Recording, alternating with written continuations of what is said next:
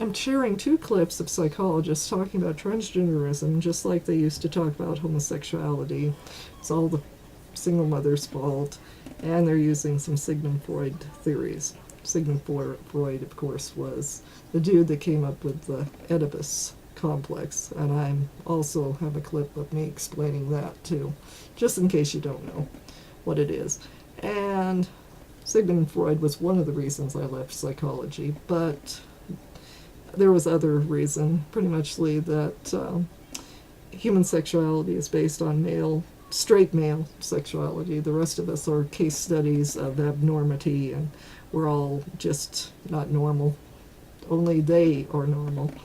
Um, but it's weird that all this psychology is based on uh, straight men studying everybody else and telling us that we're all abnormal. Um, and who in the hell would want to do these studies anyway, but straight men who likes to put probes on other people's genitals to see if they get off, and then write down when something doesn't look like a straight male getting off. So they got way too much time on their hands. So they've already written psychology, so the rest of us don't even really need to worry about it because they make the rules of what's normal and what's abnormal.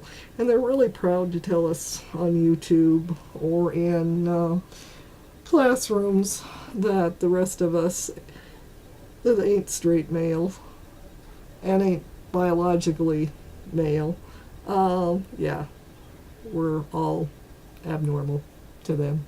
So enjoy the clips. I also put in a clip of me explaining the Oedipus Complex in case you don't know what it is. Everybody should know what it is because it's a sick idea that children are sexually attracted to the opposite sex parent and they hate the same sex parent because they're in competition with them, which is kind of weird because I don't think 3-year-olds know what being in competition, sexually in competition with another person is.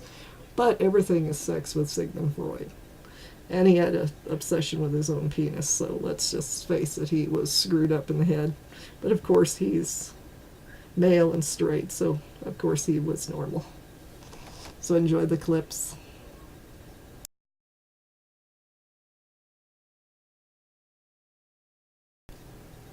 Sigmund Freud states in his essay The Oedipus Complex that most children of both genders go through a time of early childhood where they have incestuous attraction to the parent of the opposite gender and hate the parent of the same gender out of jealousy.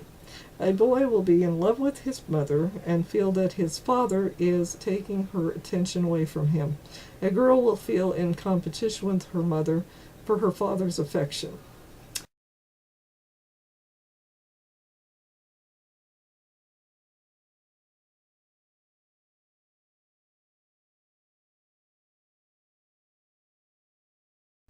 I think so too. And now, if I can ask, Robert, because in your chapter, you mentioned again the psychoanalytic or psychodynamic explanations for why somebody might feel that they are trans. One of the things that you mentioned, which I think most strongly relates to this rapid onset gender dysphoria, especially in girls, is this idea Yes. of identification or a failure to mourn properly. Would Yeah, you I mind think just quickly elaborating on that? Because I think people need to hear that. so. I'll make a general statement, but that I have seen in a few cases, some of the people I supervise also see trans kids. So I'm getting my information from a number of sources. And the hypothesis that I put forward in the book is roughly this, that sometimes if there's a failure to mourn, one solution is to identify with the missing person. So that's the first thing, which actually just comes straight from Freud, really. But how that relates to trans kids, and particularly trans girls who identify as male, is like this. I think in our culture, increasingly, as the gender roles get more mixed up, there are more men involved in the childcare. And sometimes young children form a primary bond with their father rather than their mother.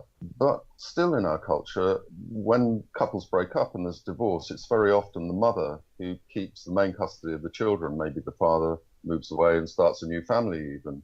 And then the girl is left with two things: a catastrophic loss of her primary love object, And if she's unable to mourn it, she may feel it's safer to identify with him, with the missing father. And the other thing is that that might also unconsciously act as some sort of compensation to a grieving mother for the loss of the partner. So what I'm trying to say in the chapter is that sometimes if the child feels unable to really get upset about the missing father and to work through that grief properly, this process of identification might be contributing to the cross-sex identification of the child. And that might be one reason why there are more young girls identifying as trans males than there used to be.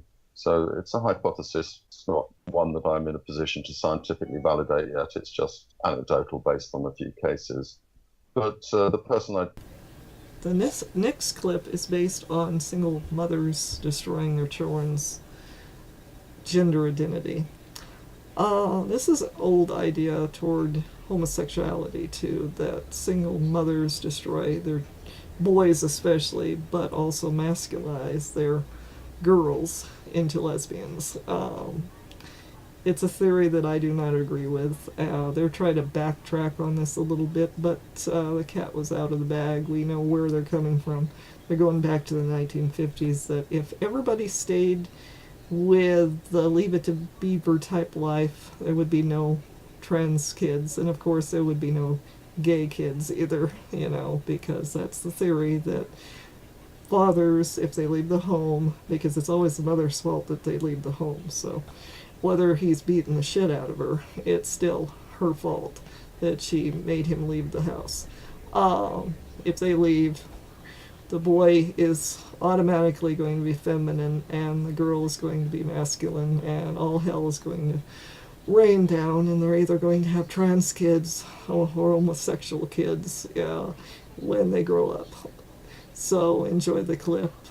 It makes no sense, but it's psychology. It's Sigmund Freud's crap. And it's other crap that's come up gradually came around historically in psychology, because psychology is all about blaming the mother and making the father look like he's the victim of the mother too. And it's just a bizarre idea that now if the mother leaves, the kids will be just fine, even though she gave birth to them. But she doesn't matter. It's only the dad that matters. He's the one that stops homosexuality and transgenderism. If he's not there, the kids are going to go wild. So enjoy the clip. A tough sell is that you are implicitly, whether you like it or not, people are going to accuse you of implicitly arguing against, let's say, single mothers or non-nuclear families. And how dare you say that a father's absence in the home can somehow have any negative impact on a child, because there are many people out in society who have a vested interest in arguing you can't say that. One parent's just as good as two parents. And logically, it doesn't make sense. And I'm not saying that we have to go back to some old-fashioned nuclear family is the only way to go. I'm not saying that. But I do a lot of parenting capacity assessments. I've done 450 of them. And it amazes me when a young mother, for example, has got 3 kids under 5 years old, and they're deathly sick, and they have to somehow take a kid to school. It's like, I wouldn't be able to do that, Absolutely, yeah. No, I think that's exactly right. And it's hard enough bringing up children in a 2-parent family. I'm sure it's much harder to bring them up in a 1-parent family.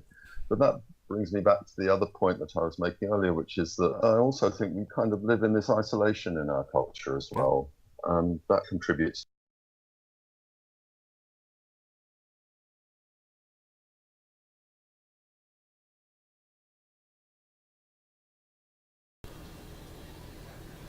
These are supposed to be gender critical people, and they're following old studies of Sigmund Freud. A dude that thought everybody had penis envy and thought everything was a phallus. If you dreamed of a banana, you wanted a dick. And they're also following other studies of course, single moms destroying their children, feminizing their boys, and masculizing their girls. This is not gender critical theory. This is people that stuck in old theories. If they were gender critical, they would be saying just be yourself and live your life and don't try to pretend to be somebody that you're not. But that's not what they're doing. They're trying for the Sigmund Freud that everything is a penis and it's mom's fault. Yeah, I just can't get into this thing. I'm glad I left psychology because it makes no sense.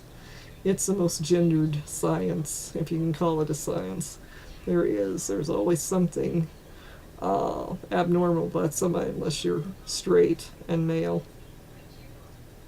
The rest of us are just crazy.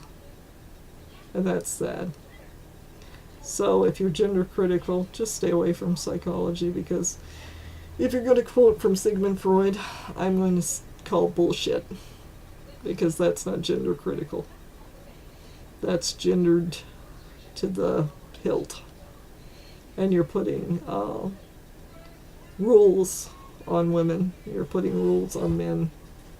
And this affects the children, not single mothers. Or whatever Sigmund Freud came up with. Talk to you later.